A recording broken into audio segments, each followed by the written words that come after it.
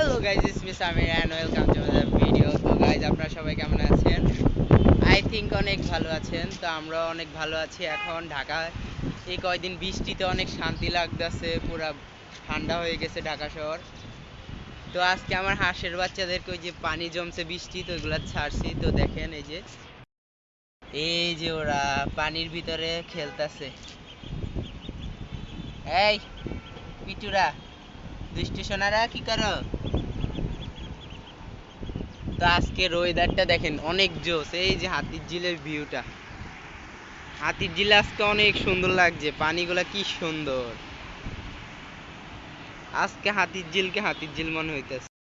তো গাইস দেখেন, এই যে গরমে আমার মরিচ গাছের অবস্থা। কাঁচা মরিচ কিনে আনছি, এখন লাল হয়ে গেছে গরমে। কাঁচা ছিল কিন্তু এগুলা।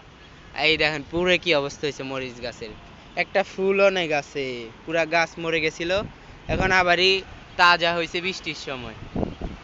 পুরা গাছে আমার মরিচ গুলা লাল হয়েছে। আলো মরিচ ছিল, আমি ছিঁড়ে ফেলছি। 200টার উপরে মরিচ ছিল।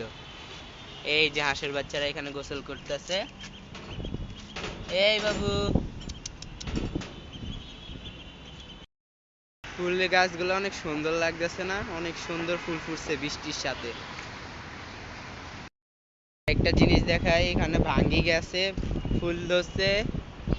এই যে ভাঙ্গি ধরছে একটা। তো এই যে অনেক সুন্দর ভাঙ্গি ধরতেছে এই গাছটায়।